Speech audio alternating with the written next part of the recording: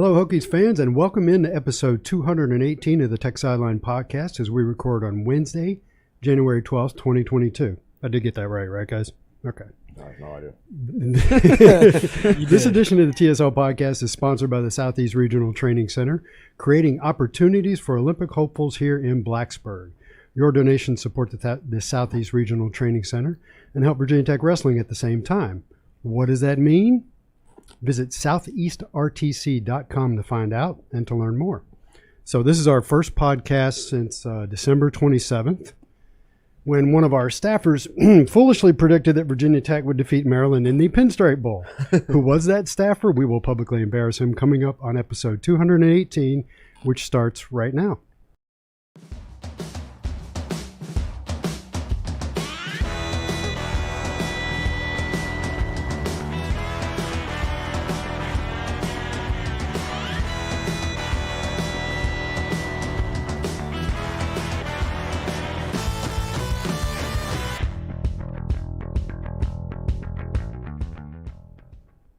So welcome back. I'm Tech Sideline founder and head honcho Will Stewart. The handsome and talented Jake Lyman is still on break, and the lovely and talented Katie Adams is buried under sorority rush commitments. They've got her working hard all week.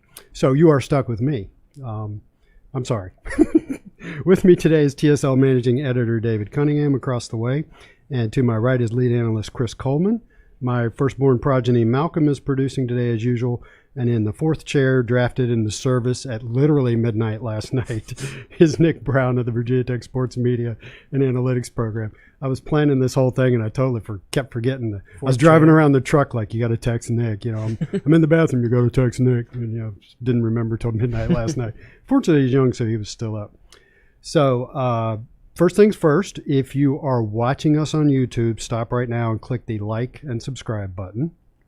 And This is kind of interesting. I was in a Twitter DM exchange with, I think he calls himself Joe Rogers, 38 or something like that. Yeah, he was the starting running back for Virginia Tech in NCAA football yes. that year. So Joe and I were having a DM conversation. He said, I like your podcast. And I said, you ever watch it on YouTube? And he goes, you guys are on YouTube? I'm like, yes. So if you are, I don't even need to look at the camera as I say this. If you're listening to us and you're not aware that we're on YouTube, yes, this whole podcast is a whole big video production. So go check us out on Tech Sideline YouTube. And in the future, we might actually prefer that you watch on YouTube so we can monetize it better. Yes, we are in discussions as a staff about that. So also over on YouTube, we are fast approaching 5,000 subscribers. So please get us there, because the way YouTube works, once you get to 5,000 subscribers, YouTube sends money to all of your subscribers. Yeah. So it's amazing. So everybody like and subscribe. So, you know, usually our hosts go through all the places you can listen to us, but clearly if you're listening to us, you already know where to listen to us. So I'm going to bypass that. All right. So that said, parts of this podcast I'm fairly well prepared for. Other parts I'm not. So I'm counting on you guys to carry the load for me here. And since it's our first podcast since December 27th, we have not done a podcast since the Pinstripe Bowl. I don't really want to get into the Pinstripe Bowl in much detail. I do want to cover one thing, though, and this is, you know me, I'm kind of random. 54-10, and that was Virginia Tech's worst loss by margin in a bowl since 1982, when I was still in high school. If you're watching on YouTube, you see this gray hair? That was a while ago. Yeah, and what do those two games have in common? So the Gator Bowl against UNC was a safety playing quarterback for Virginia Tech. Well, I'm talking about the Vanderbilt game in 1982. Oh, sorry. I'm but previously, the largest margin of victory was the Gator Bowl. Right. 42 the one he's he's talking about. 1997 Gator Bowl. But yeah, so continue. So the bowl game against UNC, that was Nick Sorensen playing quarterback, right? And he was a safety, converted to quarterback. And this ball game, we have H-back / running back converted to quarterback. And what happens? It's two worst losses, two worst bowl losses in Virginia Tech history, and that's what happens when you can't play an actual real quarterback. It tends to lead to bad things. Yeah. So getting back to that I wanted to take this little trip down I wouldn't call it memory lane. For me, it was probably some memory lane. I was 17 years old. So I went and looked up Tech's schedule in 1982. And, of course, back then, college football regular seasons were 11 games. Did you know that, Nick? Mm-hmm. Did you guys know they used to play? That, yes. Yeah. And at some point before that, it was 10 games. If you go back far enough in history, it was just 10 games. Anyway, what I found interesting was Tech played 7 home games that year out of 11. And then there was an 8th game that was against VMI in Norfolk. So Tech only had 3 road games that year. And the home schedule was pretty killer. They had Miami at home, started with Richmond on the road, beat them, played Miami at home, and lost 14-8. And if I remember and maybe somebody in the YouTube chat can remember this for me because I didn't get a chance to research it. I'm pretty sure that's the game where David Marvel, a defensive lineman for Virginia Tech, tackled Jim Kelly, who later went on to become the Bills quarterback, tackled Jim Kelly on a scramble and separated Jim Kelly's shoulder and knocked him out of the game. And Mark Richt came in the game, right? Yeah, Mark Richt came in the game. That's right. We've talked about that. Played William and Mary at home, Wake Forest at home, lost to Wake Forest 13-10, and that was a Wake Forest team that went 3-8. All right, so I'm got a point here. This is all building up to something. Played West Virginia at home. So far I've listed Miami, Wake, West Virginia. Played Kentucky at home. Played Virginia at home. So it was a really killer home schedule. So we were an independent team, and we played a better schedule back then than we do now. That is correct, sir. So that Virginia Tech team wound up going 7-4 and not making a bowl game. So I'm looking at that Wake Forest loss, and I'm thinking that's the one that did it because Tech without that would have been 4-1 at one point. They so here's the punchline. They won 4 out of their last 5, and the one loss was 45-0 to Vanderbilt. Yeah. And Vandy went 8-4 that year, and then went to a bowl game. So they were a decent team. So. Enough of the trip down memory lane. What a great memory. Yes. I was in high school. Actually, it's not a memory for me at all. I have no idea that happened. I was a senior in high school, and I think I had committed to Tech. I mean, you said that was 82? Yeah. My dad was 12. That was 17 years before I was born. Yeah, that's right. So, all right, so now comes the 23. public embarrassment part, in which we reveal, no surprise that David Cunningham was the one who picked Virginia Tech to beat Maryland in the Pinstripe Bowl. I almost did, in David's defense, until I found out all those players were going to be out, and then I changed it. In complete honesty, I did not. I knew Tech was not going to be that good, but I just thought Maryland was bad. Right. Like, I just thought Maryland's defense could not stop anybody all season, and Maryland's offense, they put up good numbers through the air, but they couldn't run the ball. So I figured, all right, I think Tech will be able to limit. It's just, can Tech score? And we all saw what Tech could not score. I think it becomes Chris said the one thing you can't do is give up an early score. On special teams. I actually said they're a horrible return team. They're one of the best special teams, in returns in the country. And then sure enough, bam, they break one off. And J.C. Price had said, look, because all these opt-outs and stuff, everybody's gotten bumped up on special teams. Right. So your second and third stringers on special teams are now starting on special teams. Which I'm sure is something not a lot of people thought about. I mean, I definitely, until JC said that, didn't even, because everybody's probably just like, okay, but he, as he said, Shabest had him practicing, had the young guys, 2-3s behind them getting reps all year. And it's like, okay, well, so that won't make much of a difference, right? Opening punt return for a touchdown. I'll be honest with you. I spent the second half of the game talking to friends and not even watching the game. So I have no idea what happened. And I'm not ashamed to admit it. So I don't really want to talk about the game all that much. But I will say that it's much, much easier to play football when you know what the other team is going to do exactly. Yeah. And they knew exactly what we were going to do. Right. They did not respect our passing game at all, and they shouldn't, because Virginia Tech's leading receiver at wide receiver heading into that game had caught one pass all year. And we played with a running back / H-back at quarterback. Yeah. I mean, you don't have to worry about the pass.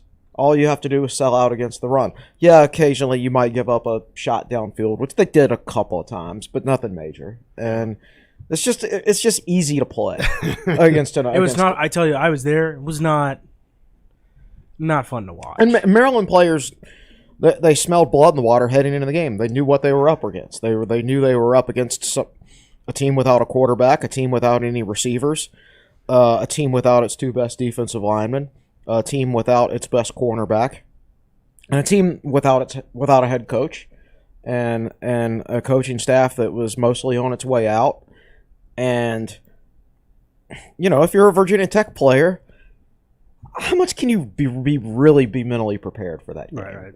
And some Maryland smelled blood in the water. They're like, man, we get a chance to blow somebody out on national television. Yeah, we get a chance to make a statement. Right. And so, David, you were talking about why you picked Tech to win, and I get that. We were all looking at stats and everything, and then the 2 teams run out there onto the field, and they looked bigger and faster and stronger. And that rekindles a discussion we don't have to have right now. Yeah.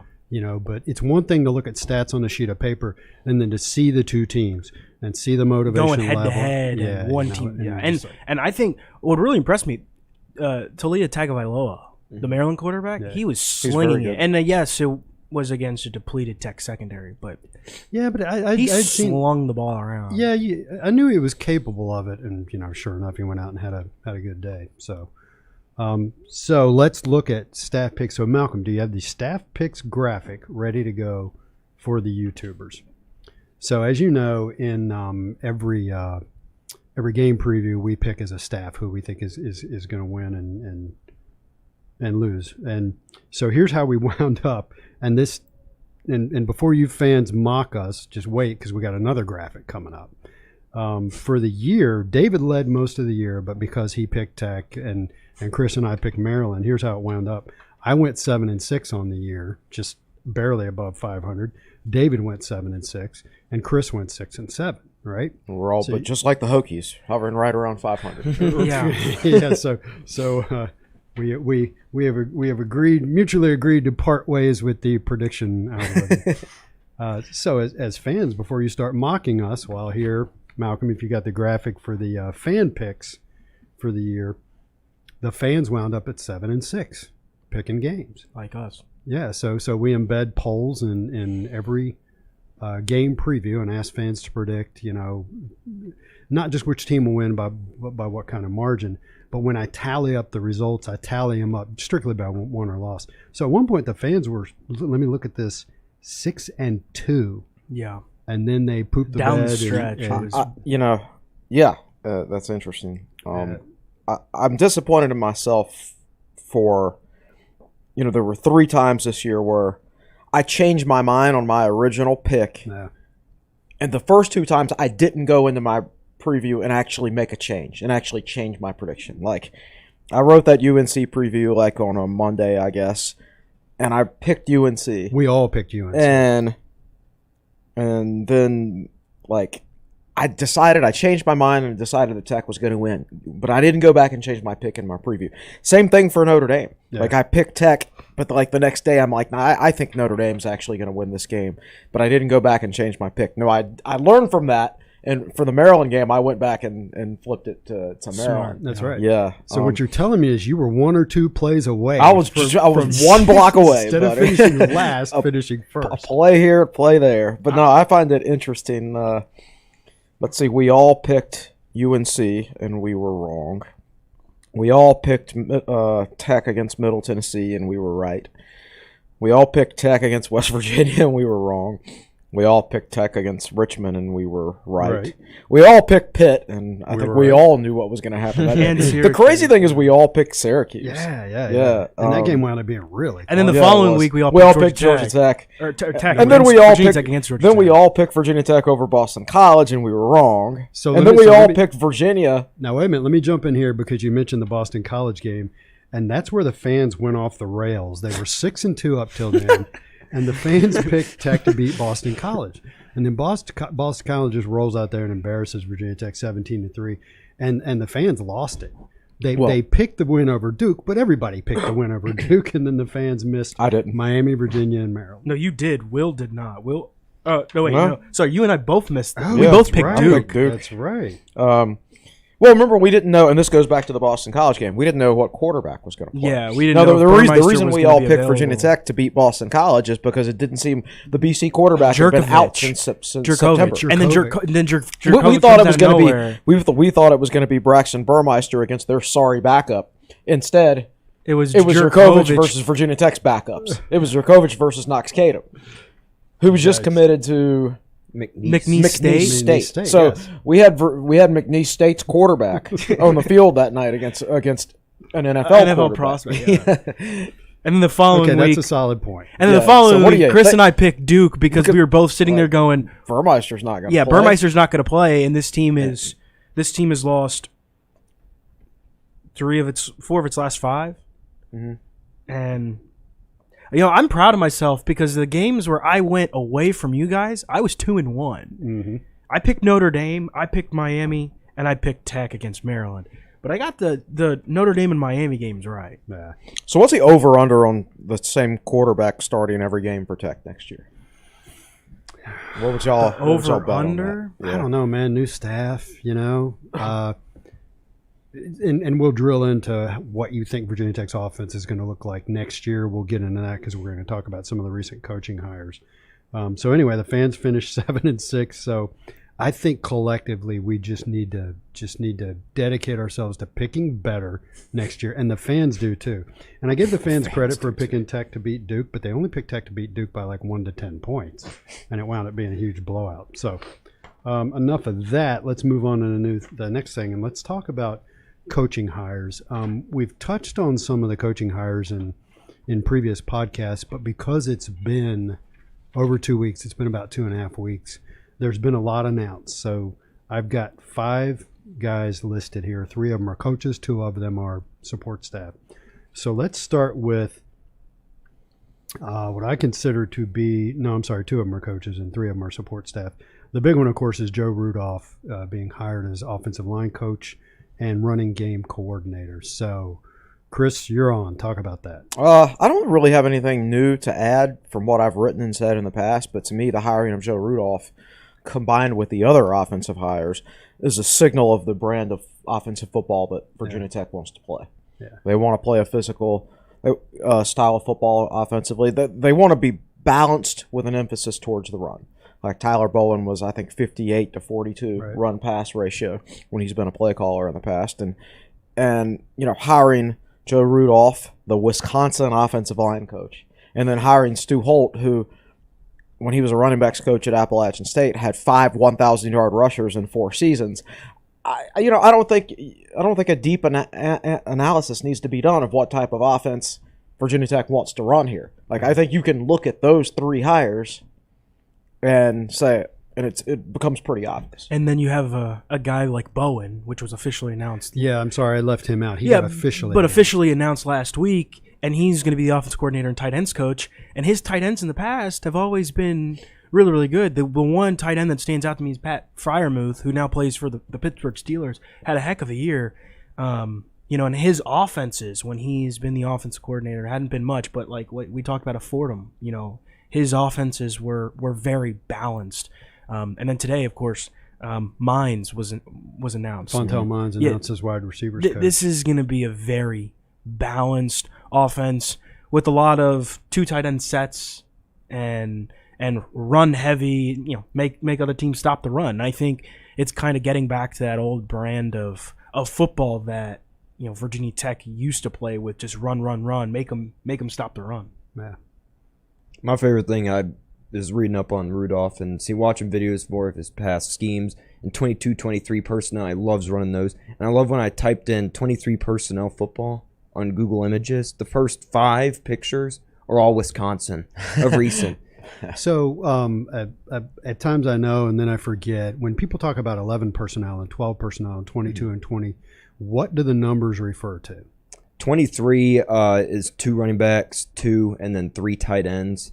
22, 2 tight ends, 2 backs. So typically, instead of 2 running backs, you have a fullback. It's power I. So 11 personnel is 1 tight end and 1 running back. Right. So that'd be like a 3 wide receiver formation. Right. Yeah.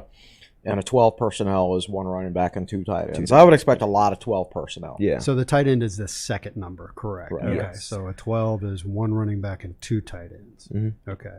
So 22 is 2 running backs and 2 tight ends, and 23 is 2 running backs and 3 tight ends. Yes. And he and there ran are that no quite a wide bit, receivers too. in that one. Virginia Tech probably should have run more 23 personnel in the bowl game. Considering they had 2 really, really good tight ends. And no receivers. Yeah. So in addition to, of course, Tyler Bowen became official, Joe Rudolph was announced since our last podcast. And just today, hot off the presses, Fontel Mines is announced as a wide receiver coach. Let me tell a little story about that name, and then we'll drill down into him a little bit as to what he brings to the table. So when we first started doing pay content on Tech Sideline, when we first hired Chris Horn, who now works for the Sabre, we hired Chris Horn to cover recruiting for us. I believe one of the first interviews he ever did with a high school recruit was Fontel Mines was a wide receiver out of Hermitage. Yeah. I think around Played with Dwayne Brown. Played on the same high school team with Dwayne Brown, who's still in the NFL. Go Hawks. He's like, what is he, the Tom Brady of offensive tackles? Not He's quite. what, like 36 now? Probably, yeah. Man, what a great career, So anyway, it was just interesting to see Fontel Mines' name pop up. He was a big guy. I think he was 6'4", 220. Oh, yeah. He ended up playing tight end. Did he? Yeah. In the NFL? Yeah, I don't think he ever He actually played tight end in an NFL game, but he was on the roster. But he was on the Chicago Bears roster for 3 years. So he wound up going to UVA and Al Groh, and I think I looked him up, and I think he caught something like 68 passes there. He was a solid good player. Yeah. So has anybody got his information there? What has he been doing? Well, I can do it off the top of my head. Okay. Well, so 10 years of coaching experience, and I think that's an emphasis when we talk at about FBS level, at Division I level. Okay, Division I. Division I level, and it's funny because somebody replied to when I posted the story on one of the boards. Somebody replied and said, "Where's his Power 5 experience? You didn't have any." And we can get into this in a minute. But Chris was like, a lot of the really good coaches Tech's had in the past didn't have Power 5 experience. That's not something you need. Frank Beamer, Bud Foster, Holman Wiggins, Aaron Moorhead. None of those coaches had a Power 5 experience when Virginia Tech hired them. But so he just spent the last year at Old Dominion. He was a tight ends coach. Before that, he spent a couple seasons at East Carolina, where he was tight ends, wide receivers, and the recruiting coordinator. Can I jump in here and say, would he have been their wide receivers coach at East Carolina when – who was the Tech receiver that transferred to East Carolina? Dagnabbit, I can't remember. But Tyler Snead was their wide receiver, and he was an all-conference good player. one. All right, sorry to interrupt if the name comes back to me. He, the head coach at East Carolina now is the former James Madison head coach, who he was at JMU with him and followed him to ECU. And before that, he was on Danny Rocco's staff at Delaware and Richmond. So he got his start at Delaware, coached there for 5 years. He's produced really, really talented wide receivers in the past. And as Chris, I know, really likes, he's got a really good presence recruiting-wise in the Commonwealth of Virginia. He was briefly JMU's recruiting coordinator, wow, too. And JMU, obviously. And by the way, not is he just Virginia Tech's wide receivers coach, but he's the offensive recruiting coordinator. Offensive recruiting coordinator, right. So it's a big deal. Like, you have to replace Ryan Smith when he leaves his in-state. He did a really good job in his brief time here in the state of Virginia. Fontel Mines he's recruited the state of Virginia his entire career. Like, he probably knows everybody that you really, really need to know. And he's a Richmond guy. Right. So one thing I did want to ask, kind of going back a little bit in the conversation, do you consider Joe Rudolph to be the highest profile hire of this staff? I'm not saying he's going to turn out to be the best coach on this staff or even the longest tenured, but is that the one that most made you go, wow, look at that? Yeah. Kind of hands down, the right? The flashiest name, for sure. Especially the Tech pulling a Wisconsin offensive line coach. That was the thing. And you had to have somebody like that on the staff. And we talked about this on the podcast back before anybody got hired, that when you throw out the numbers Tech was throwing out about here's how much is available. Like, Tech fans weren't going to be happy. You mean salary-wise? Salary-wise. Yeah, $5.5 million for 10 assistants. Right. Tech fans weren't going to be happy to hire a bunch of FCS coaches and then just give them big fat salaries just because the money's from there. There's going to have to be a couple of splash guys on the staff. And you got that with Rudolph and probably with Bowen, too, who I think is a really good coach. Yeah. And obviously you go to and take Stu Holt away from Louisville. Yeah, that's a good hire. I think Derek Jones is a solid hire in the back. Who was, by the way, the defensive recruiting coordinator. So Derek Jones, that was my question. I couldn't remember who'd been named defensive recruiting coordinator. So Derek Jones, and as I know we'll get into, his area, he's kind of recruited everywhere, but a lot of North Carolina, South Carolina, Georgia. Everywhere from North Carolina to Florida is where he signed the majority of his players throughout his career. Yeah. And, of course, he got some kids from Texas because he wound up at Texas Tech. At Texas Tech, right. Yeah. So, yeah, talking about the salaries and all that, he hired one of the first hires was Chris Marv as linebackers coach and defensive coordinator. And we've talked that to death. But that's a young guy and not a high-dollar guy. Mm-hmm. So if you're observing and you're expecting big hires at offensive defensive coordinator, that's one that makes you go, huh. Mm-hmm. And we've talked about that. And then at offensive coordinator, you've got Tyler Bowen. I think that's a good hire. I think time will reveal that to be a good hire. But there were not huge splash hires made at either one of those positions. So it's very cool to get a guy of Joe Rudolph's profile and reputation and history. So let's go over it. Offensive coaches are Tyler Bowen as the offensive coordinator and tight ends coach. And this is the first time since Beamer that they've separated out offensive coordinator and quarterbacks coach, right? Brad Cornelson was OC and QB coach the entire time. That's correct. Yeah. So your quarterbacks coach is Brad Glenn, passing game coordinator, which makes sense. Your offensive line coach, running game coordinator, that's Joe Rudolph. Stu Holt is running backs and special teams. And also assistant head coach. Okay. And just a excellent special teams history. Fontel Mines, wide receiver coach, offensive recruiting coordinator. And they added Brian Christ as senior offensive analyst. So yeah, and that's like he's overqualified for that position. Yes, this is great. Yeah.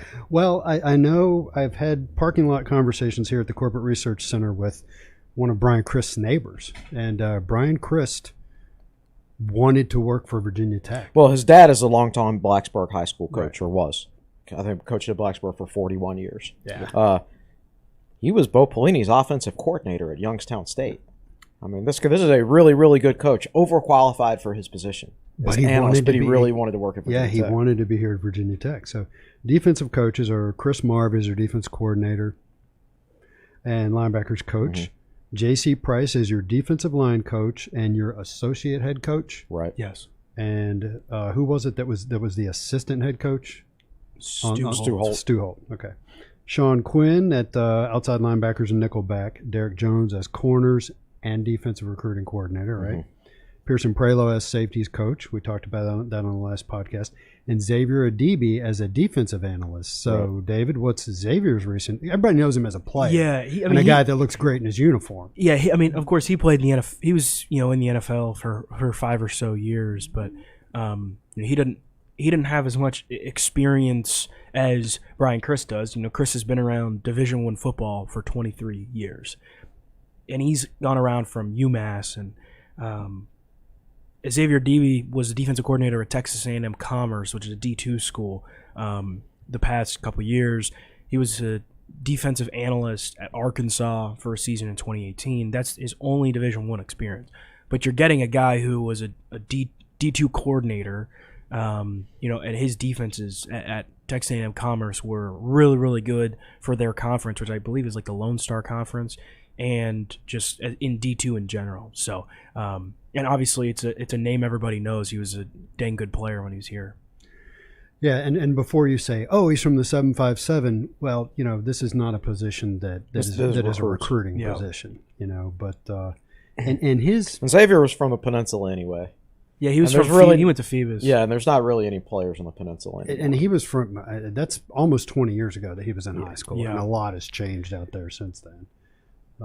So support staff that was also named was Michael Hazel, chief of staff. he was director of football operations at Penn State, correct? Yes. So I like that hire. I'm not sure what his chief of staff really does. I guess it's like what the way I explained it when I wrote the story is it's what Stephanie Bolen does with men's basketball, which is basically plan Mike Young's schedule, organize all the events he's going to. Right. So if Brent Pry doesn't come on the podcast, it's Michael Hazel's fault. Yeah. But as chief of staff, won't he also kind of, the staff I think about to get larger. Yeah, I think he'll manage the support staff and just be the liaison between Pry and everybody else. Kind of like, not a secretary, because a secretary isn't this involved, but he's basically going to be Pry's right-hand man. Yeah. And then you got Mike Villagrana as director of player personnel. Where did Villagrana come from? Marshall. He was the general manager at Marshall. Yeah. He's been around. He was at Marshall, Mississippi State, and he takes Mark Dethorne's position. He's basically head of the recruiting staff. It's just a different title. Yep. Yeah. And then Dwight Galt IV, director of football strength and conditioning. So those are pretty much all the major positions. Yeah. And haven't hired officially, at least it hasn't been announced, the strength and conditioning assistants, but I've heard one guy's coming from ODU. I want to say one guy's coming from Marshall, and I've heard Jarrett Ferguson. Yeah, Jarrett. It was Jarrett Ferguson, and then there was a guy from Georgia Southern is one of the guys, and then Galt IV is bringing one of his guys from Old Dominion. Right. And who on the coaching staff had been at Georgia Southern? Was that back? Nobody had been at Georgia. Not in the last 5 years, okay. but Pry has been there in the past. And some of these guys he's encountered while he was there. Yeah. All right, I think we wore that one out. I also think we could dedicate an entire podcast to talking about the football coaching staff. But that kind of brings it up to speed, and Pry is doing a Zoom press conference at 11:30 Thursday. Is that right, David? No, I think it's tomorrow. Yeah, today's Wednesday. Yeah, tomorrow. All right. So, and you'll be back from Charlottesville by then? Yeah. And so hopefully they'll come out with salary information at that point in time for all those that would be nice. One of the things I had been doing in each of the articles I had been in writing is I break a table that basically breaks down each assistant by position, their Division I experience as an assistant or head coach, whatever. And I think it's huge to note that over 10 assistants, 156 total years of experience, which is a lot. The only two guys that don't have 10-plus years are Marv and Prelu. Mm-hmm. And then I've written down everybody's previous salaries at their old place. So the person, which would come no surprise, that was paid the most at their old stop was Joe Rudolph. $675K. Yeah, and then there were two guys, Marv and Jones, that were $500K at their previous stops, and everybody else is $390K or less at the previous stop. So that's a lot of, there are going to be a lot of, I think, pay bumps. But yeah, hopefully we'll get some of that information tomorrow. So to remind everybody, at Brent Pry's introductory press conference, they handed out a sheet that said he has $5.5 million for his assistant coaches and $2.25 million for support staff. That's a total of $7.75 million. But it was also said to us, number one, that split can be adjusted as they see fit, and number two, that with the engagement they've got, particularly with the larger donors, if he needs more money for the staff, it'll be there. So I'm not saying I expect the staff salaries to be exactly $5.5 million, and I don't really think they're going to talk about support staff salaries, but it'll be interesting if the numbers come out by tomorrow to see what they are. So when we come back, well, first of all, we're going to jump to Nick here in a second, but we're going to do some recruiting talk next because Chris has been doing some detailed work and finding out about Virginia Tech's new staff. Where have they recruited in the past? How well have they recruited? Where have they signed players from? Because, of course, we want the staff to have a mid-Atlantic recruiting presence. Yeah, I was just going to say, I was just doing some math on my phone. The one thing I hadn't done was add up all the salaries. So everybody's previous salary, this is not Tyler Bowen because he was with the Jaguars, but off the other four offensive guys, their previous salaries add up to $1.4 million. The five defensive guys, their salaries add up to $1.4 million. So together it's about $2.2 2.88 million. So not a lot. So that's to my point. You've got about, obviously you said it's flexible money, but you've got about $5.5 million. So that's about a lot of money that people, you can pay a lot of these guys, which is probably enticing for a lot of these guys to come. For a guy like Mines, who was getting paid $105,000 at Old Dominion, you say you can come get paid X amount of more money, be the guy at Virginia Tech. Yeah, and I think, and time will tell. I get a feeling that Brent Pry is one of those guys that people want to work for. I don't want to say regardless of the money, because money always matters, but when you go to work for him, I think this reputation will build over time, just like it did with Frank. Then when you go to work for Brent Pry, he's a good boss to have, and that's worth a certain amount of money. You can't put a number on it, but you know it when you see it. So we're going to toss it over to the fourth chair. Nick, has anybody got anything interesting to say? Do we have stat time with Scott Glessner? Always. We always got it. But first I wanted to touch on, since you guys were talking about sports staff and staff in general, someone threw up a graphic on Twitter that I saw floating around. Georgia's support staff, 60 people on their support staff. And they had 5 athletic trainers. 5 of them. 1 head honcho, and then the rest were his guesses minions. I remember, that's still 5. I remember going to basketball media days at Virginia Tech under Buzz, and there were more suits than there were players. That's right. Yeah. In the staff photos. Yeah, you could see on the bench. And guess what? We made multiple NCAA tournaments under Buzz. It's like everybody had their own personal coach. Mm-hmm. We made multiple NCAA tournaments under Buzz and made the Sweet 16. We probably had the best team we've ever had.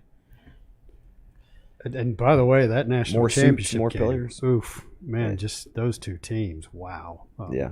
So I just, that goes to the point where, I know Saban came out and ironically was like, oh, NIL is going to make everything, dysfunctional. If you really want to balance it out, I think you got to hit support staff and limit support staff. But my response to that has always been, let's talk about Alabama. Let's say Alabama has a support staff of 50.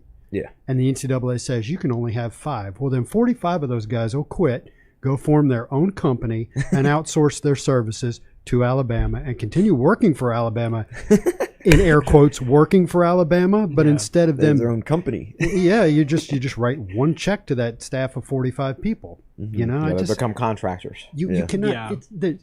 If there's a crack, water will go through the crack, and that's how college athletics works. You already see NIL being Texas A&M. It's mined to the advantage. It's always going to be someone trying to look for the next best way to win. Yeah. I mean, Nick Saban was that guy. Uh-huh. Nick Saban invented big coaching staff or big support staffs, right? And it put Alabama at an advantage over everybody else. And he's smart. Mm-hmm. So anybody taking advantage of NIL, if they're doing it effectively, it means they're smart. I said in a recent article that I think Roy Kramer, SEC commissioner in the early 90s and beyond, and Nick Saban are 2 of the most influential people in college football in the last 30 or 40 years, because Kramer created the Super Conference and the championship game, which kind of led to all the other stuff. And Saban's the one who created huge support staff. I mean, Alabama boosters should be capable of putting up a fight against Texas A&M boosters, I would think. Although there's a lot of oil money in Texas. Yeah, but it's funny because Kirby Smart was on Saban's staff for so long, and then when Georgia came calling, he went and turned it into Alabama 2.0. Sure, large support staff, and then he goes and he finally beats Saban. Championship, right? Yeah. So I'm sure you saw me tweet this out on Twitter after Kirby Smart and Nick Saban were talking about that because they were asked about it. I put out the number 1 recruiting classes since 2011. Yeah. And it was Alabama all but 2 times, and the other 2 times were Georgia. And right now it's Texas A&M. And so another thing about Texas A&M, if you've listened to the podcast long enough, you know that a model for a lot of what we do here at Tech Sideline is TexAgs. TexAgs.com is an independent site that covers Texas A&M athletics. As far as the podcast goes, it's... And some other business model stuff. And one thing they did when NIL became a thing was TexAgs created a rider on their subscriptions where you could, in addition to your regular TexAgs subscription, you could get a rider called Stacked. and you could decide how much money you wanted to donate to Stacked. And every bit of Stacked funds went into an NIL fund for Tex Ags. And in the span of a few months, through this method, they raised $300,000 from their subscribers. And that $300,000 is used for NIL opportunities for athletes. Do you remember one of the first NIL headlines was Tex Ags paid an athlete $10,000 to come be on their show? Yeah. That's what they're doing with that money. So I'm not saying we're going to do that here at Tech Sideline. But it relates back to Texas A&M having a recruiting class. Yeah. They're not messing around, and this could shift the balance of power, or it could just turn into Georgia, Alabama, and Texas A&M. I don't know. We'll see. Well, and I want to touch on more things with the NIL. It opens up the door for other schools. That's what I kind of like about it. I mean, Jackson State, all-black school. With Deion Sanders as coach. Yeah, you got Travis Hunter, #1 overall recruit. Now, he did get paid $1 million. Right. Well, that's the rumors that he got paid $1 million. But they stole him from all the big boys. Right. And he's going to all black. And they just got a top 15 wide receiver in the country also to commit to them. So I agree with all that, and pay attention to, and the one that immediately comes to mind for me is Central Florida. Yeah. Decent school. They've had some good seasons, but they're in a location where there could be some serious NIL money leverage. And you could see, I'll bet you 10 years from now, we're looking back on the change and the advent of NIL and how it changed the balance of power in college football. Yeah, because everybody says, it's just going to make the rich richer. I'm like, not really. The rich is already richer than everybody else. Yeah, that imbalance already. Yeah, exactly. Stat time with Scott Glessner. Got to get his little shutout. It is about the Pinstripe Bowl, unfortunately. Virginia Tech was scoreless in the first quarter. No surprise there. Previous 3 times in bowl games that happened, they won. Texas, 1995 Sugar Bowl. Rutgers. These are the last 3 times. So 2009 onward. So Rutgers. Yeah, Rutgers. The game that we've all forgotten about. I was there. Were you? Yeah. I'm sorry. Did they score in the first half against Arkansas in 2016? No, they did not. So there's the other one. And then one more. 2009. Oh, Chick-fil-A Bowl? Chick-fil-A Bowl. Tennessee? Yeah. No. Oh, that was... that was 2009 season. Yeah. Was it the Orange Bowl in Cincinnati? Yep, that was it. Calendar year 2009. Yeah, so those 3. And then just a few other. Virginia Tech was outscored 3 of the last 4 seasons. Last time it happened, 1970 to 1973. Was that the year Alabama beat us by like 70? Well, that right into the next one. Maryland became the 5th team to ever score 50-plus points against Virginia Tech. Other 4 are Syracuse, Houston, Alabama, and Tulsa. Duke. It took Syracuse like 3 overtimes to do it. Duke? Yeah, Duke. Duke dropped a 50 burger. Oh, was that the... When do they do multiple that? games? This is on multiple games. By the way. Multiple games, Yeah, okay. Yeah, so Duke dropped 50 multiple times on the Hokies. Maryland is also the 6th team to beat Virginia Tech by 40-plus in multiple games. The other ones were Army, Vanderbilt, William & Mary, Duke, and UVA. I'll bet Army happened during the 40s. Yeah, probably like the 30s and 20s when they were the powerhouse. I don't think it was at the same time, but if you research Virginia Tech football history, and this was after World War II, Virginia Tech severely de-emphasized football in the late 40s, early 50s, and I think it's part of the reason they didn't get into the original ACC was it was 1953 and Tech had lost 20 or 30 games in a row or something ridiculous like that. I'd have to go look it up to get it exact. You think that was on par with the World Wars, with World War II? Well, Army was really good in football while WW2 was going on. That's also true.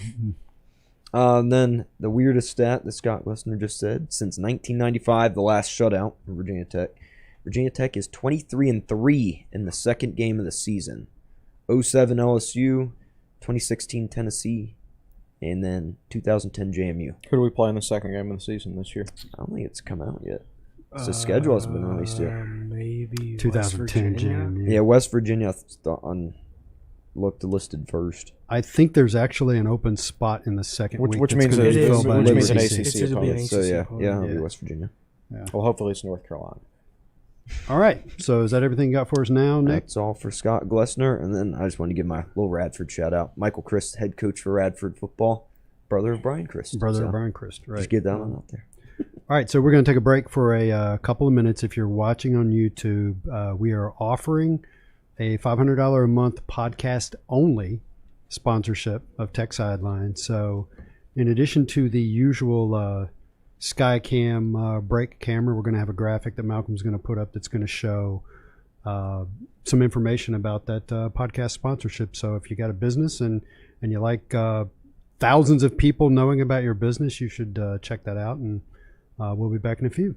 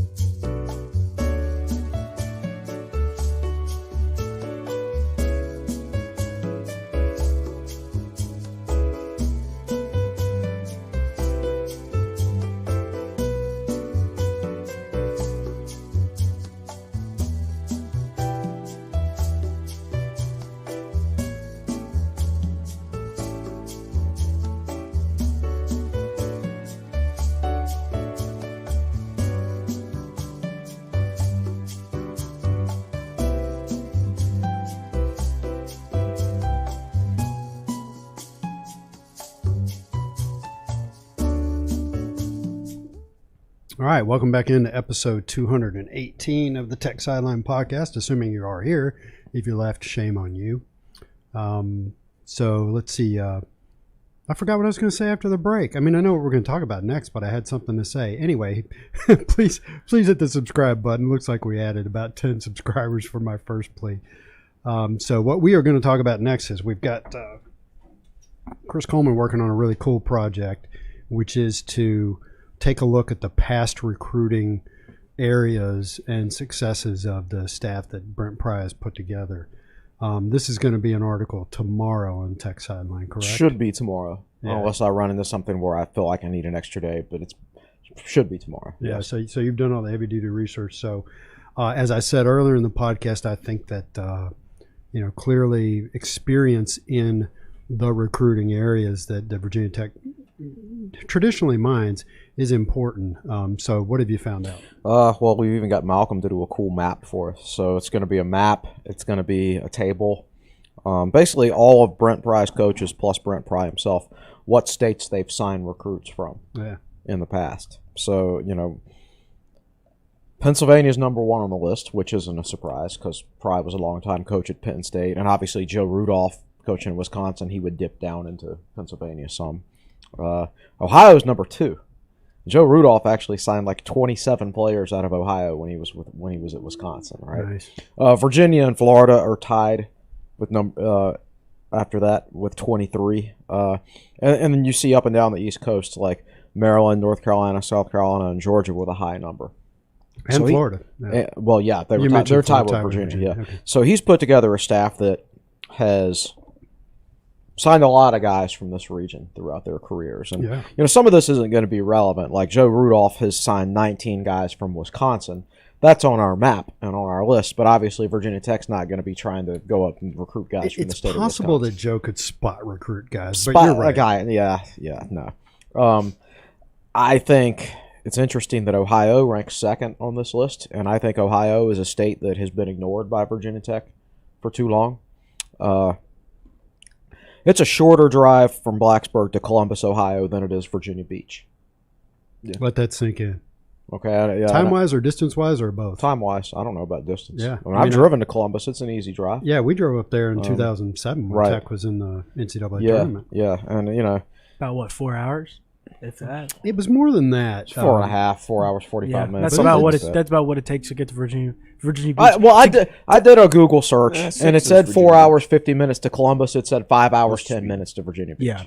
That's assuming no traffic and you're driving the speed limit. Right? Well, I was about to say, because it'll take about 4:15-ish to get to like Newport News, but it'll take another hour to get to Virginia Beach because of the Road Bridge. So like this is a place within the 5 hour radius or the 6 hour radius or whatever you want to call it. The Virginia Tech has not recruited very much through the years, and I know Ohio State is in Ohio, right?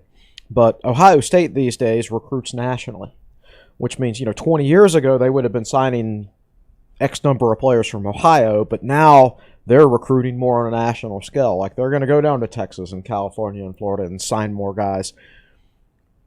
That means there are fewer guys from Ohio getting signed by Ohio State. It's like Clemson. Clemson hardly ever signs any South Carolina players anymore because they recruit nationally, which means you can go. There's still good players in the state of South Carolina and in the state of Ohio that aren't getting taken by the state schools because those schools recruit nationally. Yeah, I guess you'd have to fight Cincinnati for guys. But yeah, well, you have to fight the whole Big Ten. Yeah. You have to fight Penn State. Yeah. You have to fight Wisconsin, all of that. Pitt. And just the way I see it, like,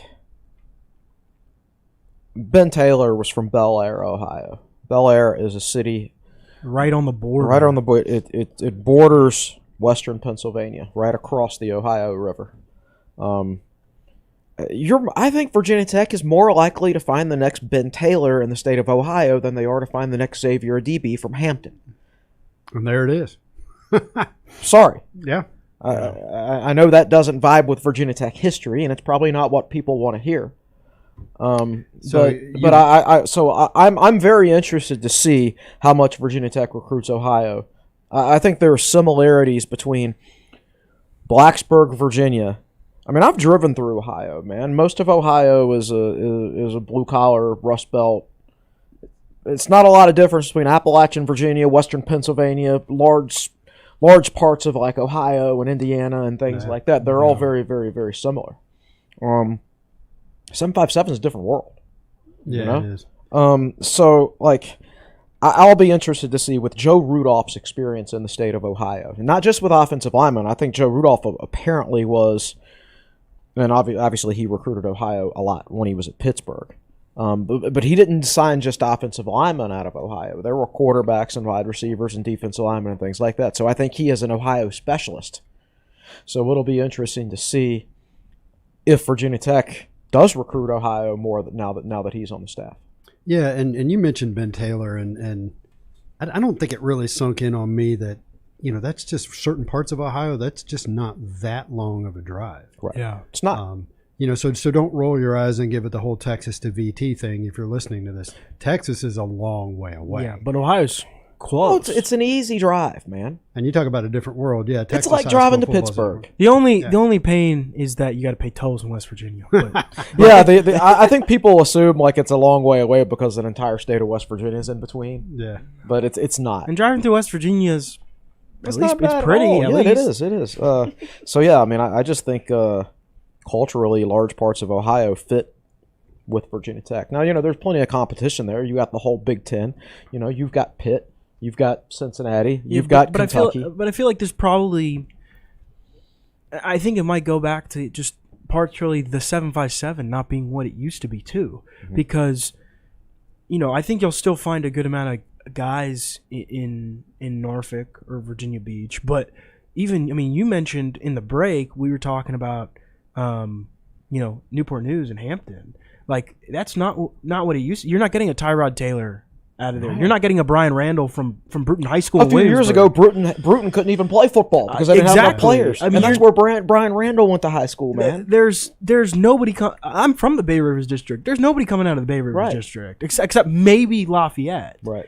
And the occasional like gem. Besides that, it's Norfolk and maybe a little bit of guys in Newport News and Hampton, but it's gone down so much that I think Chris is onto something. The combination of the 757 coming down and there being opportunity when you have guys that have recruited the Ohio region, there's probably going to be a lot more opportunities in Ohio, especially because, like you said, culturally it's a good fit. Not that the 757 is not a good fit, but I mean, like you said, Rust Belt is kind of like blue collar. That's Virginia Tech. Yeah. When I drive to Pittsburgh or Columbus or things like that, I look around and I'm like, this feels more like Southwest Virginia than it does when I'm in Eastern Virginia. Right. Which you go to? You travel to? Oh yeah. I go to the peninsula and stuff like that a lot. And even the peninsula is like a lot different than like across the water. Yeah. Like it's very as somebody who grew up there, it's completely like, different. It's completely different. That's the 757, the peninsula versus once you get on 81 and you're coming down that stretch of 81, everything else is completely different. Yeah. And we'll do another article next week. It'll be like a more narrow focus. We'll take instead of a instead of a United States map, we'll do a Virginia map and map out the counties that members of this staff have signed players from in the past. And I've already run the numbers. Okay. And it's like 23 players from Virginia, and I'm only talking like FBS players. I'm not talking FCS because like 247 database only keeps up with coach signings at the FBS level. Like they don't give credit for Fontel Mines at Richmond or JMU or whatever when he was signing in-state players there. But generally speaking, I broke it down into 4 areas: Northern Virginia, the Richmond area, the 757, and other. And I believe it was Richmond area was 11 of the 23. Northern Virginia was 4. Other was like 6, and 757 was 2. Like Brent Pry is not putting together a staff like to recruit the 757, and he's going to pay it lip service as he should, as he has to, because he's a Virginia Tech football coach. But all those guys, when he was at Penn State, that he signed to play defense at Penn State, every single one of them either came from the Richmond area or Nova. Yeah, not one of them came from. So many of them came from the Fredericksburg area. Right. He did not recruit the 757. Yeah. It's just not.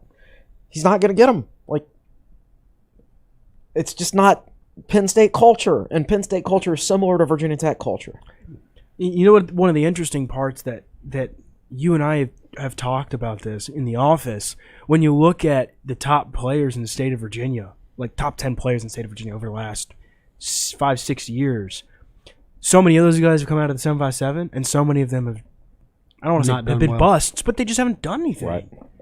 Right. We've researched this stuff and documented it in articles that the trend the last 10 years or so has not been. It's trending down. Yeah. Yes.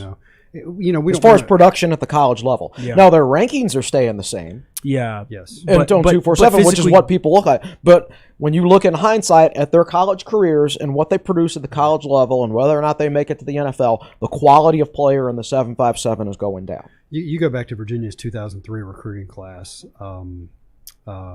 Xavier Adibi, Vince Hall, Chris Ellis, they were all in the same class, right? Yeah. Mm-hmm. And all from the 757. And they were all highly ranked, and they all turned out to be great. And DJ Parker was in that class, you know. Carlton Powell was in that class. Man. I mean, you can't find 5 players that good from that area, or at least that productive at the college level, spread out over 3 straight classes from the 757 these days. They used to be good at the top and deep, right? You know, and that just hasn't been the trend lately. Yeah. You know, we don't want to badmouth the area because there are still good football players from there, and if you're Virginia Tech, you want to pick your spots and you want to have a shot at getting the guys you want, but you're not necessarily going to sign guys wholesale from the area. If you're Alabama and you're Georgia and you're Ohio State and Clemson or whoever, it doesn't matter so much when you hire your assistants where they're from, because the name of your school and the tradition at your school is going to put your foot in the door of any prospect, no matter where he's from. And you're trying to recruit nationally. Right. Yeah. For everybody else, it's different. For everybody else, you have your head coaching spot and you have 10 assistant spots, and you have to prioritize. And you have to play the percentages of what areas can you have the most success in, that can bring in the most players that are most likely to have success at your school. And I'm not saying the 757 isn't a priority, but it's to me, Derek Jones can recruits North Carolina, South Carolina, Georgia, and Florida. I'd rather have Derek Jones than a 757 specialist. Right. There's way more players in those other 4 states than there are the 757. You know, it's just so it seems to me like Tech is more likely to get Northern Virginia and Richmond kids. Yeah. So they've hired in-state guys that are good at recruiting those 2 areas. And Brent Pry himself. And Brent Pry himself. And then, they've focused on Mid-Atlantic recruiters. Maryland, Pennsylvania, in the Southeast down to Florida. It just seems like the right move. And I'd really like it if they, put some more emphasis on Ohio, like I said. But again, this isn't something that a Virginia Tech coach can come out and say. Right. Because he's going to get blasted if he says it. Yeah. I don't care. Because kids from that area. I mean, and there have been some good kids. Yeah. We're not taking Tavion Robinson is a great example. Right. Cox High School. But it's one of those things. It's like you can't not recruit it. I'm not saying we shouldn't recruit it, but your emphasis needs to be on. Yeah. I mean, you talk. Oh, you recruit guys on an individual basis. Oh yeah. And it's just I don't know. There's just a lot of stuff that goes on out. There's a lot of mentors out there that create companies that charge a lot of money for recruits to send their video to college coaches, when in reality all they have to do is upload them to Huddle. And these are the people that are in charge of these kids recruiting and giving them advice. And, and that stuff happens in the 757. And they're going to North Carolina and not getting developed and losing more football games than they should. Let them go. Yeah. Let them go. So that analysis will appear on Tech Sideline, and a reminder that if you're not a current subscriber, you can get your first month free on a monthly subscription. So that's going to be interesting reading. One good point someone brought up here in the comments is Georgia and Alabama had 0 players from Virginia. And 0. So who has Alabama had in the past? They had Jonathan Allen. Where was he from? Northern Virginia. They had Deshaun Hand from Northern Virginia. And remember, Deshaun Hands said his favorite coach was Bud Foster. Yeah. Still didn't even have Tech in his top 3. Yeah. It's just these days when you recruit against the elite, it's not about coaches anymore. It's about going to that elite school no matter who's coaching. Yeah. so like I met Deshaun Hand. Like he was at a Tech camp one year, and he's one of the nicest, most personable, outgoing recruits I've ever met. Like I didn't introduce myself to him; he introduced himself to me. It was crazy seeing him in Alabama. Like when I saw him on television, like 2 years later, like his neck had doubled in size. Dude blew up. So I don't blame kids for going to Alabama. Like I've met Deshaun Hand, I've shaken his hand, and then 2 years later I see him on TV and look at the difference. He's 3 years bigger. Yeah, that's right. All right, so let's shift to some player personnel talk, and what I mean by that is we've got some transfers in at the quarterback and wide receiver position. But I also want to give a shout out to offensive line. Johnny Jordan announced that he is returning. Yes. That was not expected, right? No, and this is a guy who played multiple years at Maryland. Went through senior day at Tech, so I didn't expect it. Yeah, I don't think anybody really expected Johnny Jordan to come back, and now he gives Tech. I'm not saying these are going to be the starters, but he gives Tech 4 guys that have started games in their careers. You got him, you got Silas Janzi, who announced he's coming back, and then Parker Clements and Caden Moore. A week ago, you're sitting here saying, "Oh my God, our only returning offensive linemen are a couple of sophomores," and that's nobody else has taken a snap. And now you've got 4 guys with a ton of experience now. And I think it's 98 career appearances. Yeah, it's just so much, and you have options now too, like. Janzi can play really any position except center. Yeah. You have the option, if you wanted to, you could move Parker Clements to left tackle and start Janzi at right tackle if you wanted. Because Janzi can play right tackle. I don't think he's a great fit for left tackle. Right. You got Jordan at center. You got Jordan at center. And I was going to say, if you get a center, you can move Jordan to guard. If you really need to. You could, but he's a better fit himself at center, in my opinion. But there's a lot of flexibility. You give yourself some flexibility there. And then, of course, you got Caden Moore at guard. Caden Moore's a definite guard all the way. Yeah. Clements is a definite tackle, whether it's right or left. Yeah. Okay. And then Janzi can play any of them except for center. So, yeah, it certainly helps. And then they got the transfer from Cornell, who's going to visit in late January. I forget his name. But he's got all his final 5 is like Virginia Tech, Auburn, Penn State. Yeah, it's impressive. Yeah, so you're talking about a good player. You got Joe Rudolph a good time. Right, exactly. Well, and you got to figure that played a huge role in Jordan's decision to stay and play another year. Yeah. Now, Jordan, I think people have probably forgotten this. He was Big Ten honorable mention at Maryland. He was a good player. He was just sitting behind Brock Hoffman at center and filling in at guard. Right. And the thing is, like, it's different when like Hoffman's been in the program and things like that, and Brock is a really tough kid and a team leader, but like I don't know that he was actually as good as Johnny Jordan this past year. We've been looking at the PFF grades, and I don't think Brock Hoffman had a great year. Right. I believe in the story it was maybe last Friday's Q&A when you went over the PFF grades for all the guys. Brock Hoffman was bottom of the list for offensive linemen. The offensive lineman that played. But didn't he win one of those humanitarian awards? Yeah. Is that again, he's a good leader. No, right. And Brock is what you can't put into words is like what he brings culturally. Yeah. Like we talk about Virginia Tech's lack of toughness and lack of player development and things like that, and lack of leadership. And I think you can say that about most positions on the Virginia Tech roster, but you cannot say that about the offensive line. Where players have developed under Vance Weiss, they show toughness. And they generally win their one-on-one battles. Exactly. And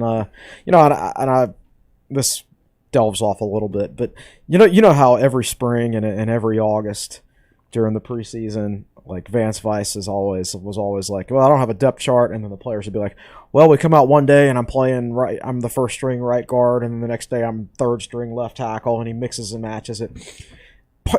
Part of that is, yes, you're trying to get guys used to playing each other. You're trying to create some competition, and you're trying to get guys used to playing multiple positions because you never know who's going to get hurt and you might need it, blah, blah, blah. I think some of that is just holding guys to a higher standard. It's like, Oh, you didn't have a good practice today. Well, you're not number 1 at right guard anymore. You're number 3 at left tackle. And you got to work your way back.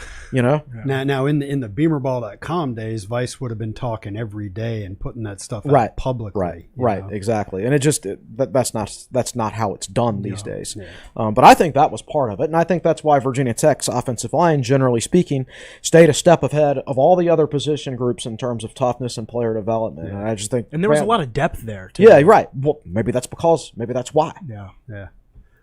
So I like the way the offensive line is trending.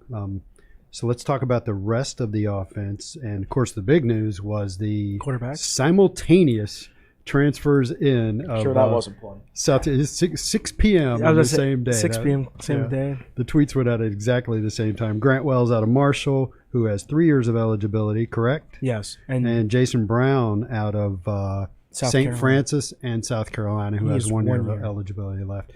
And the response from the South Carolina fans to Jason Brown's decision to transfer was very positive. I get the impression he was really well liked down there. Well, he beat Florida. And Auburn. And Auburn. Yeah, so that's going to make you Well, he didn't. Like, if you look at the box score, he didn't have to do a heck of a whole lot those games. Yeah. They dominated on the ground. But he was, I think in both of those wins, I mean, he was good. He did what he had to do. He was effective. Yeah. So Malcolm traveled down to South Carolina to visit our other son Ronan. He was down there getting a scouting report. That's what he was doing. Yeah. So he was down there for that game, and they had a good time because South Carolina won 40-17. So I think we'll see how stuff shakes out, but I think Brown he's wanted to be here ever since he was in high school. He's from Fredericksburg. He's always wanted a Virginia Tech offer. Yeah, I didn't know that. So, yep. And he went to St. Francis, PA, and this is neither here nor there for Virginia Tech fans, but I blundered into South Carolina has a tight end from Jason Brown's high school who went to St. Francis with Jason Brown and then transferred to South Carolina. St. Francis of PA hates South Carolina. I guarantee you, right? Because they're taking all their best players. It's just like Delaware State fans hate Virginia Tech for taking Dorian Strong and Christian Darrisaw. That was their only other offer. And Wofford fans hate Kansas fans hate Virginia Tech for Khalil Herbert and Ryan Willis. That's right. So subject of Grant Wells. Tell us what you think there. I love Grant Wells. Yeah. I think he's the ideal transfer quarterback for Virginia Tech. A guy who's already got multiple years of starting experience. He's already been a conference player of the year. And Did he throw for 3,500 yards last year? Was that right? Yeah, probably. Yeah, it was a lot of yards. But he's still got 3 years of eligibility left. Right. Yeah. He's got a live arm. I think he can push the ball downfield very well. Puts zip on the ball. He gets there very quickly. For what I believe Virginia Tech is looking for at the quarterback position is a guy who can stretch the field and take the top off defenses, because Virginia Tech wants to run the football, and they want to make sure they have a quarterback and good enough wide receivers to where those safeties cannot get heavily involved. They can't get within that 7 yards of the line of scrimmage. You want them back, and they have to stay back. A good quarterback who can take the top off a defense and a good running game, I mean, they need each other. They need that balance.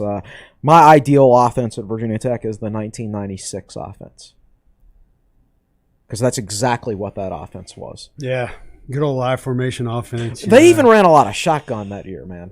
Did they? Virginia Tech ran more shotgun in 1996 than probably anybody but Florida. But one of the things I will say, and you forgot to mention the best part, which I'm sure you love, is that he redshirted. But this is... Like, not that Virginia Tech's wide receivers were never bad. Like, Trey Turner and Tavion Robinson were solid options who put up good numbers. But when you can stretch the field, when the safeties can't play down, when the safeties, when you basically can spread the field and run the ball still. It's actually amazing Tech was able to run the ball as well as they did in the second half of this season. Yeah. Like, I don't know how they managed to run the ball against Boston College at all with Knox Kadum at quarterback, because they knew BC knew Tech couldn't throw it, but Tech still rushed for like 180 yards and had a good yards per carry that night. Yeah. It's just. But imagine what Tech can do. You still got Malachi Thomas in the backfield. Mm-hmm.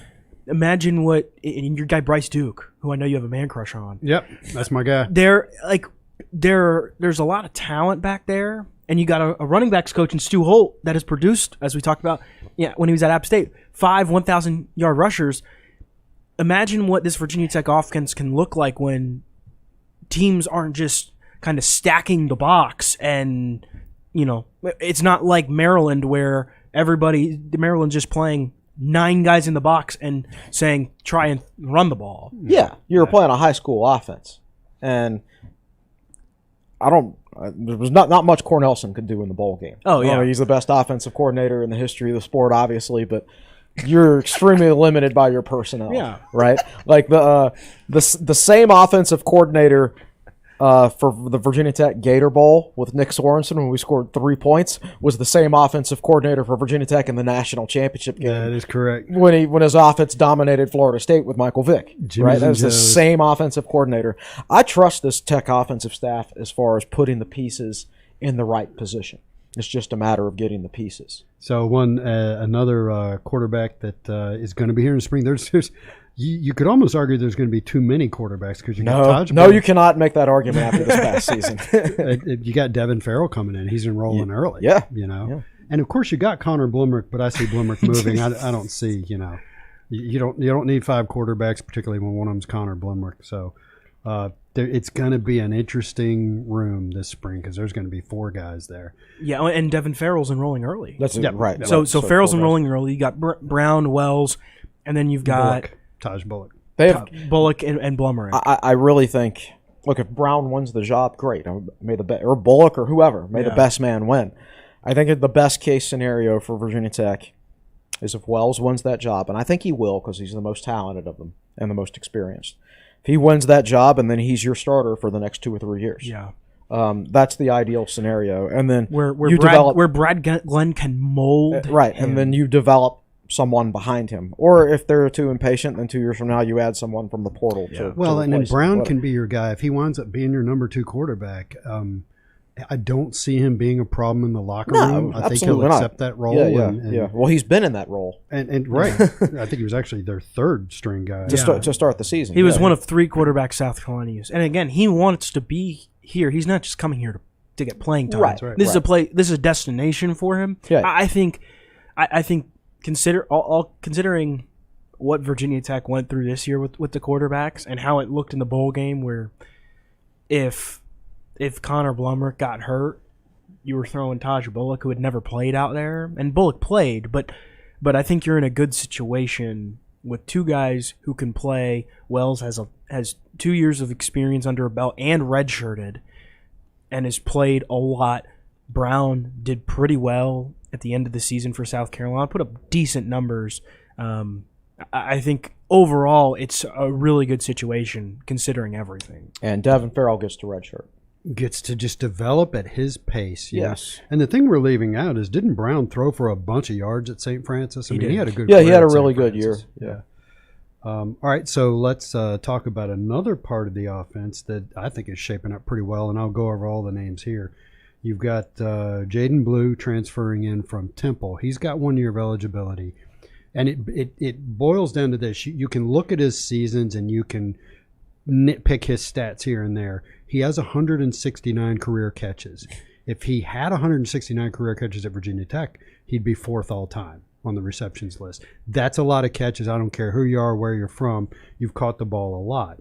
And they also get a wide receiver transfer from UNC, Benji Gosnell's 2022 tight end recruit, correct? Yes. Yeah, his brother Steven. I foresee one day Steven Gosnell catching a game-winning touchdown against North Carolina. Oh, that would be awesome. So let me break it down for you. With his experience, you got to figure Blue's a guy that's he looks like wide receiver 1 off the bat. Yeah, absolutely. So you got Blue, you've got Caleb Smith with a bunch of playing time, bunch of career catches. And then after that, you've got Jaden Payute, Dwayne Lofton, Jalen Jones, and those are the guys that have gotten hype. They're studs. Have 2 or 3 career catches, are studs, have potential. You talk about stretching the field. Can we please send Jaden Payute on a fly pattern and find out if he can do it? Please. Yes. And if not, he can just jump over the defensive back because we know the guy can jump into a pickup truck. And then after that, you've got Kelly Lawson, Dallin Wright. And then you get down into names which I believe are scholarship guys, DJ Sims and Christian Moss. Correct. Yeah. They were true freshmen this past year. Yeah. There's a lot of Who guys. there are a lot of bodies there. Yes, there are a lot of and then bodies. Tucker Holloway's the guy coming in, right? I don't know whether Virginia Tech will take another. Yes, that's right. I don't know whether Virginia Tech will take another grad transfer. Or I say grad transfer. I think we can just double them all transfer. I don't know if they'll take another transfer receiver or not. J.C. Price, is a guy, he would have watched the scout team offense a lot this year. So he would have seen a lot of those young wide receivers in person, like every day on a daily basis. So he should have a good idea of their talent level. So I don't know. It depends on who's available, I would say. But as far as Blue goes, 95 catches as a sophomore. Only caught 40 as a junior, but that was a 6-game season because of COVID. So half as many games. And this past year, he only played in 8 games because he hit the portal and they were horribly coached and had no quarterback and fired their coach. And so his numbers weren't as good. But we're basically, I would say he's a similar player to Tavion Robinson. I think he's a good player. Probably lacks elite speed. Like Tavion Robinson's probably a 4.75 guy in the 40, something like that. But he's very, very productive. Very, very productive, and I think he slots into the starting lineup immediately. You're going to get a lot out of him. So is it fair to say, if you're bemoaning the loss of Tavion Robinson, they just replaced him? They just replaced him. Absolutely. Yeah, I don't. Can he return punts? No. I was about to say he hasn't been. So he's not necessarily your returner. Yeah, right. You're not replacing Tavion Robinson from from a receiving standpoint. Yeah, technically, I mean, yes, and I think he's going to be a reliable option, especially for whether it's Grant Wells or Jason Brown or whoever's at quarterback. Jaden Blue is going to be a reliable option that and I think it'll, in a way, if Caleb Smith is the next guy right there, I think in a way it'll help Caleb Smith and whoever's behind him, because you're going to have an option. It's not like, if you didn't have Jaden Blue, Caleb Smith is going to be the number one option, and that's a lot of stress on a guy that, who he's been a talented guy in the program, and he's worked really hard to get to where he is, but he's never really been the number one option in the program. And so now you've got a guy that can be that guy, and everybody else can fill in their roles around him. And now everybody I know thinks of wide receivers in terms of catches. Now Tavion was one heck of a good blocker for Virginia Tech in the slot, and I'd have to go look at which Caleb Smith is. That's where I was getting at. We want to be a run first offense. Caleb Smith is basically a small tight end playing wide receiver. He is a fantastic blocking wide receiver. He's an elite blocker. Yeah, very cool. Okay.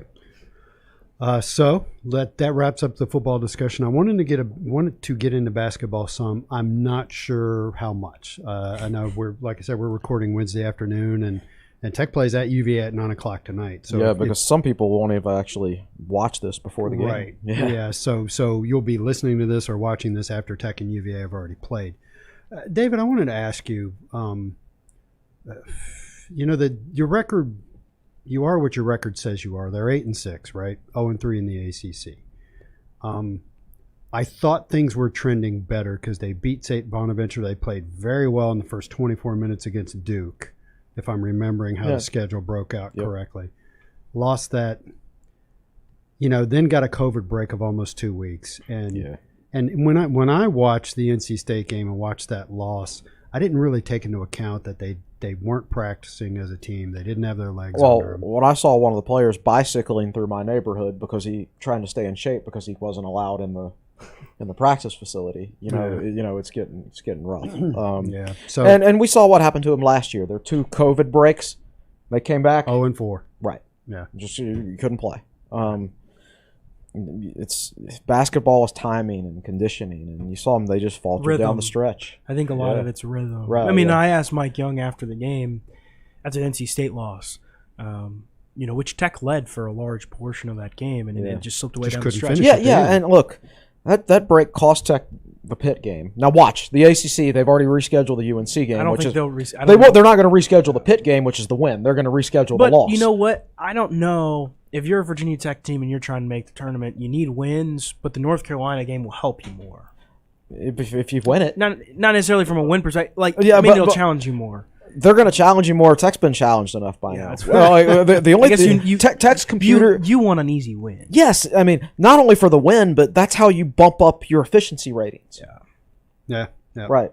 And Tech is still 37th in the net, and something like 40th in Sagarin. And they're I think number 31 in Ken. Right. So if you go out there and smoke Pitt by 20, as you should, then you're going to get a bump in the efficiency ratings and add an extra win. Yeah. You don't play that game, you don't get that opportunity. Yeah. So it probably cost Tech a win against Pitt and increased efficiency numbers.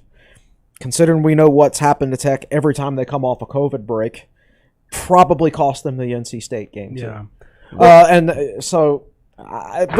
now what happened? Now you take a whole other week off, and now you got to go on the road. Now 4 of the next 5 are on the road. Yeah. I don't want to sound like I'm getting down or anything.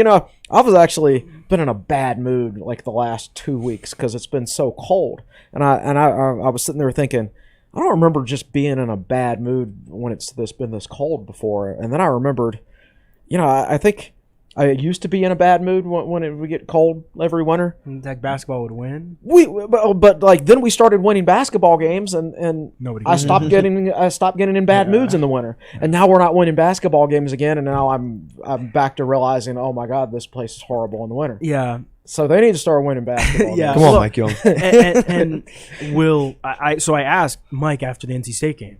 I simply said, "What needs to get better?" And he told me bluntly, he was like, "We need to get back to practice." Right. And they didn't. They were the team was never on a pause, but there were so many guys. I mean, from what I had heard, there were 5, 6, 7 guys at a time that weren't. I heard 7 players.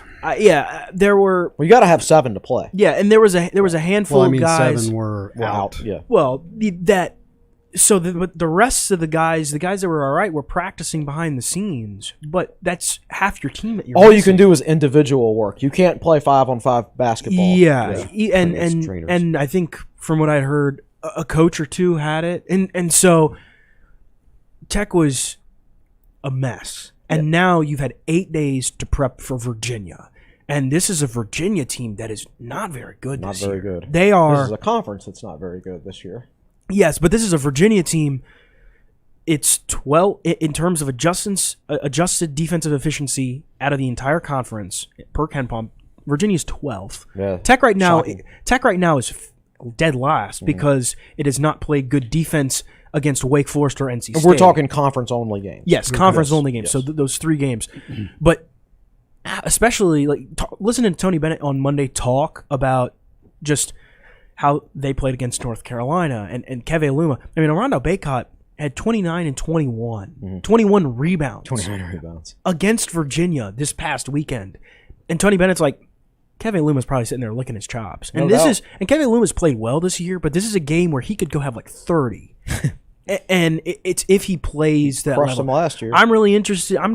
After we do this podcast, I'm driving to Charlottesville. I'm really interested to see how 8 days off, but 8 days of practice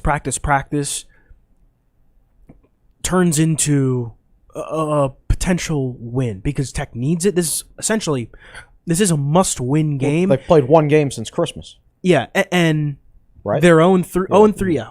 0-3 in the ACC. Yeah, that's correct. You need a win. And one of the things that stuck out to me, Storm Murphy and Kevin Luma were talking after the NC State game.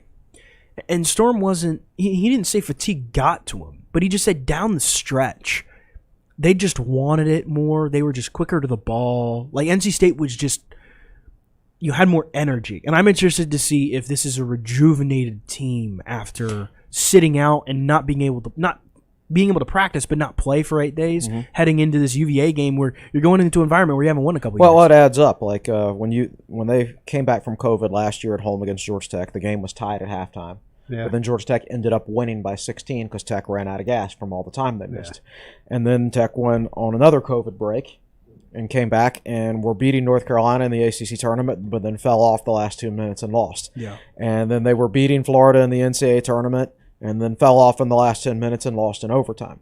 So, I mean, it's a trend now. Yeah. Well, I mean, when you have to take time off from COVID, you're out of gas the next game. You can't play 40 minutes of basketball. So you're right. We'll see if it trends up from here. or if that shutdown is really going to be the deciding factor on the season. I'm afraid that it is. I think the timing of it was horrible because it cost Tech two wins. Mm-hmm. And they're not going to let them watch. They won't let them replay the Pitt game. They'll make but they're going to make them go replay the game that's probably going to be a loss in North Carolina. So looking at the schedule to get down to into the minutia of whether or not they can play Pitt again, I just looked down and scanned it. They have a game on February 5th. They have a game on February 12th. You could make up the Pitt game in the middle of that week, but guess who they play on February 5th? At Pittsburgh. Hey, play them back-to-back games, right? Just say, we'll play you at your place, and then you come to our place the following Tuesday or Wednesday. I mean, you could do that.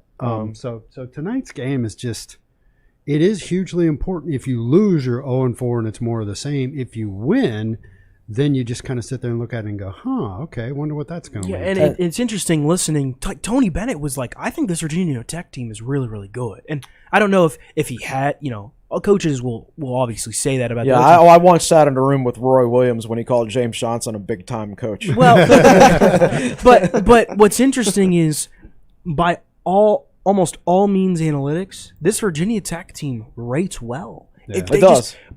And Mike Young on the ACC teleconference on Monday was just like, we just need to be able to finish games. And if Virginia Tech can play a full 40 minutes of basketball and close the game at the end, I think this team will win against Virginia. Which team improves defensively? Because what's the game on tonight? ESPN2. Well, they're going to do their lazy analysis and say 2 of the best defensive teams in the ACC, and it's going to show their points per game. Yeah, right. And that's a lazy analysis because you consider that these two teams play at the lowest tempo of any teams in the ACC. There's going to be fewer points in a game when there are fewer possessions. So, of course, their points per game allowed is going to be lower. Right. Duh. Yeah. It's fun. Right. But if you actually look at the traditional stats, or not the traditional stats, the advanced stats, the adjusted offensive and defensive efficiency and all that for conference-only games, just for ACC games, this is 2 of the worst teams in the league so far in points per possession. It doesn't show up that way. Yeah, I mean, you only give up 64 points to NC State. It doesn't sound like a lot, but there's a lot of points per possession because there weren't that many possessions in the game. As I wrote in my preview I wrote yesterday, which you can check out on TechHighline.com, this is Virginia Tech needs to play defense. Mm-hmm. Defense will win Virginia Tech games going forward if it's a connected team. St. Bonaventure had a bad game, but Virginia Tech also played excellent defense. Yeah, you want exactly. You have to. It has to start on the defensive. It really does. Coaches say that all the time, and you think it's a cliche, and you're like, whatever, just go make some shots. But I mean, it's actually true for Virginia Tech. Like when they've played best offensively this year is when it's coming off a defensive stop. Yeah. Or a stretch of defense. And Tech was all right defensively in the first half against Duke. Tech played good defense, and then Paolo Banchero went off, and Duke is one of the best teams in the country, and Duke's going to do that. But Tech went toe-for-toe against an NC State team and did not play well defensively. Mm-hmm. If Tech plays well defensively, that's a win. Sure. If Tech plays well defensively down the stretch in a lot of the ACC games where a team like Virginia is struggling to score and is really only hanging on because it's just played. Virginia doesn't have the players they used to have, man. Exactly. This is a if Virginia Tech plays good defense, this is a win. Yeah. I'm interested to see if Virginia, in the past, Virginia has shot lights out against Virginia Tech in John Paul Jones Arena. Can Virginia Tech come in there and play good defense? It's funny that Virginia has not capitalized on the Kyle Guy era. Yeah, winning a national title, and they have not turned that into improved recruiting and continuing to increase the talent level of the program. Yeah. Well, they have a few coming in. I think they have about 3 or 4 4-stars coming in this following season. Because I know I've seen a lot of looking at a lot of key UVA Twitter guys, especially after losses. But they're like, this is a sacrificial lamb year season. Yeah, like we knew we were going to be bad this year. We're like I'm trying to actually just stall time so I can pull up their recruiting. Yeah, signs one of its best classes ever is the first headline that came 2022 class. Yeah. Speaking of Tech's 2022 third in class, the ACC. third 11th in the country. Yeah. Oh, okay. There you go. So UVA has a good class coming in. Tech, I figured I'd throw this in now. Around intermission of this podcast, Tech men's basketball announced that Patrick Wessler and Rodney Rice are McDonald's All-American nominees. Wow. So Wessler's well, but how many people get nominated? I don't know. I could not tell you 90. Yeah, so 90. A lot. But you got talent coming in. De facto top 100 guys, which isn't the same as it is in football. Yeah. But, still. Yeah. You can't be recruiting 250 plus and expect to be competitive in the ACC. All right, so we'll toss it over to you, Nick. You got any good questions for us? A few floating around. One was, what happened to the 757? Why did it drop off? God, I could talk about that for an hour, and I've written about it multiple times. Do you want people to come after us on Twitter? I think one thing is they lost a lot of their best coaches. Yeah. The coaches from the 757 have since gone and won state championships in North Carolina and Georgia and places like that. And we used to know the names Mike Smith. we used to know them. Bill D at Phoebus. Right. And plus, a lot of them retired. Yeah. A lot of them retired. A lot of them went to other states to make more money. And I don't think the state of Virginia has adequately replaced them. I also think there's an issue in the 757 now, and this is the same thing that happened to Miami football, that because you're from a certain area, like we all hyped up, and we're at fault for this just as much as anything, just as much as anybody, hyping an area because of the area and not the people. Like I remember a Cam Chancellor tweet a couple years ago, and it's like, it was something like, football players from the 757, they're just bred differently. They just born different. Yeah, something like that. And I'm like, no, Cam, you forget that you were a 180-pound 2-star recruit that nobody wanted, and you turned yourself into a football player. Yeah. Didn't matter. It wasn't because you were from the 757. It's because you wanted. Right. It's too like Marcus Vick started this stuff with the 757 eye black during games. Well, Reggie Bush started that stuff, and specifically for the 757. Yeah. Right. I think there's a culture out there of I'm from a certain area, so I think the success. I don't think the 757 has handled its success very well. Yeah. So I think the athleticism in general, with the exception of the Peninsula, is the same as it always was. I don't think a lot of the players are getting developed as well, and I don't just mean developed on the football field. I mean developed from an emotional standpoint. A toughness standpoint, all of that stuff. I just think it's just a completely different scene out there than it used to be. Yeah, and everything's gone from being team oriented to being camp oriented, and right. And your social media and that stuff presence. that is huge out there in that part of the state. Yeah. Right. Yeah, it is.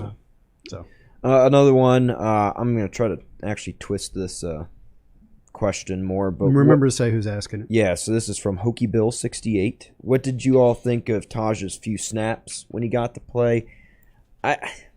Maryland was up 40 at that point, probably, and they're not trying late in the fourth quarter. So I don't even know if their first string was in there, or second string, or third string. They didn't give him much. They didn't ask much of him. It was one read each throw. But I mean, he did fine. He did as well as you could expect under the circumstances.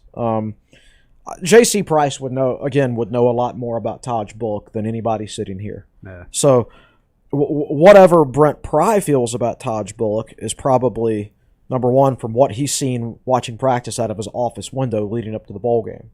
Number two, what J.C. Price has told him, because J.C. would have seen Taj every single day this year, because Taj would be running the scout team offense against the starting defense. Mm. So J.C. should have a good feeling of what he can and can't do at this point. But it's too small a sample size and in a difficult situation to be able to make a judgment. Yeah. And then those are the last ones. But I know I talked to you guys over break in this podcast.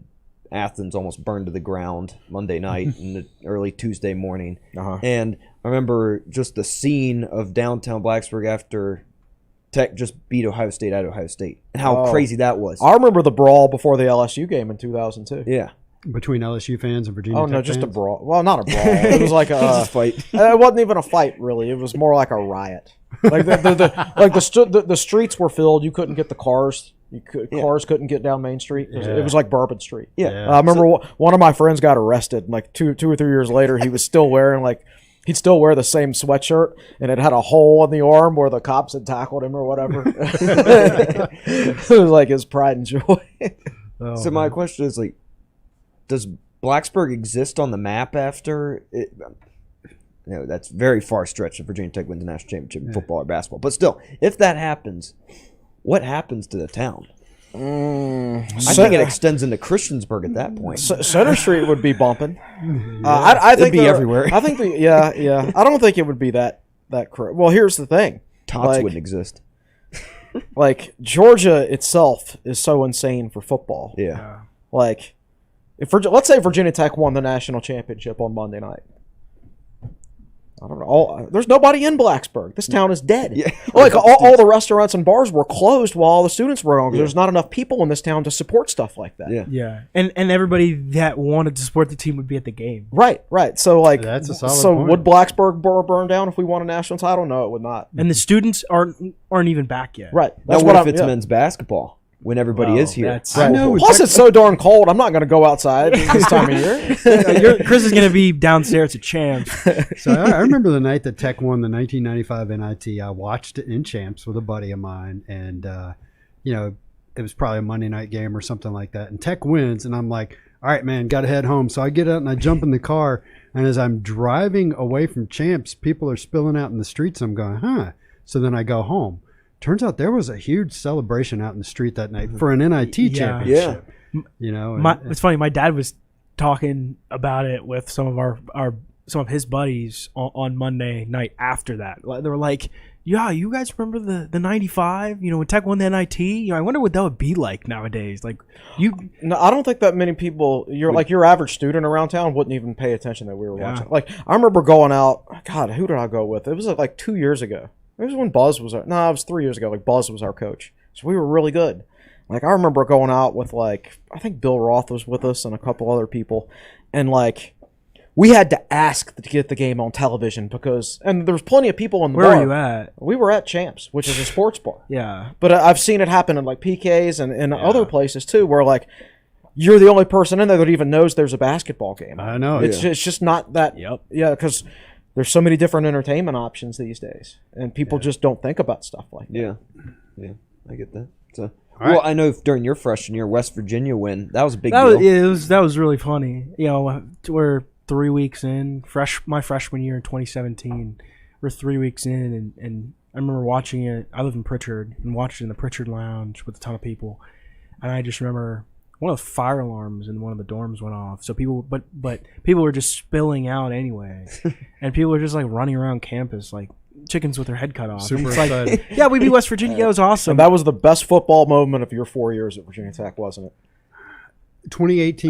No, Florida I would State. say the Virginia game. The Virginia game at home. The Skip Money Don't Make Money game? Yeah. Or that the one fumble was in overtime? That was enjoyable. And the North Carolina 6 overtime game was enjoyable. Yeah, that's true. And the 2018 Florida State game, although that was a road game. Yeah, that was cool too.